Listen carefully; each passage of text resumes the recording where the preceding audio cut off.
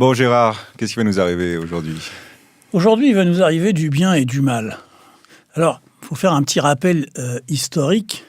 Selon le prophète Mani, le père du manichéisme, deux forces se disputent le monde, deux forces cosmiques, éternelles, le bien et le mal. Alors, au IIIe siècle, tout le monde est manichéen. Par exemple, saint Augustin est manichéen, même si après, il va renier le manichéisme au profit du christianisme. Mais en réalité, il va demeurer manichéen avec sa définition de la cité terrestre et de la cité céleste. La cité terrestre, le mal, la cité céleste, le bien.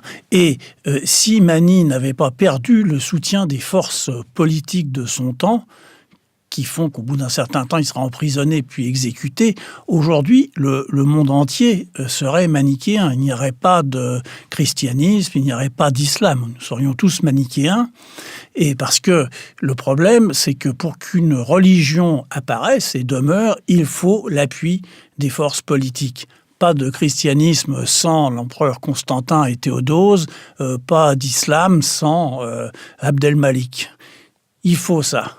Alors, cette religion qui était en passe de gagner le monde entier, qui est un syncrétisme, qui est un mélange du christianisme, de religion hindoue, de différentes choses, disparaît, s'effiloche et puis prend du temps. Alors on peut se dire, est-ce que le manichéisme a totalement perdu la partie ? Est-ce qu'il a disparu, etc. Et si on me dit qu'il en reste un petit peu.